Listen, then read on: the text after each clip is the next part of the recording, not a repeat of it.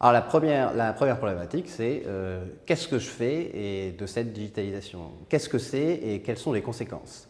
La deuxième problématique pour les RH, c'est s'outiller. Quelles sont les compétences dont j'ai besoin, moi en tant que RH, pour comprendre ce qui se passe et surtout faciliter le travail des autres. Parce que le but de la fonction RH, c'est bien d'opérer l'adéquation entre des attentes individuelles et organisationnelles et de faciliter ce travail des individus. Le troisième enjeu pour la fonction RH ou pour des stagiaires qui viendraient dans cette formation, c'est de réussir à appréhender les conséquences relationnelles des outils et de la digitalisation. Et enfin, le dernier enjeu, c'est de garantir un cadre de travail équilibré, un cadre de travail éthique qui permet d'avoir un équilibre vie privée, vie professionnelle, par exemple, stabilisé et non pas impacté négativement par les aspects technologiques ou digitaux au sein des organisations.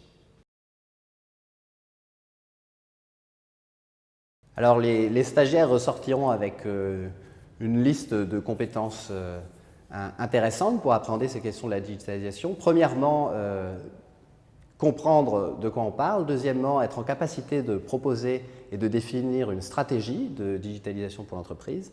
Troisièmement, être en capacité d'appréhender les conséquences de la digitalisation sur les relations humaines. Et quatrièmement, quelle est la relation entre digitalisation, fonction RH, management et individu, et en quoi la digitalisation est un moyen qui peut servir à faciliter le travail des hommes au sein des organisations et des femmes.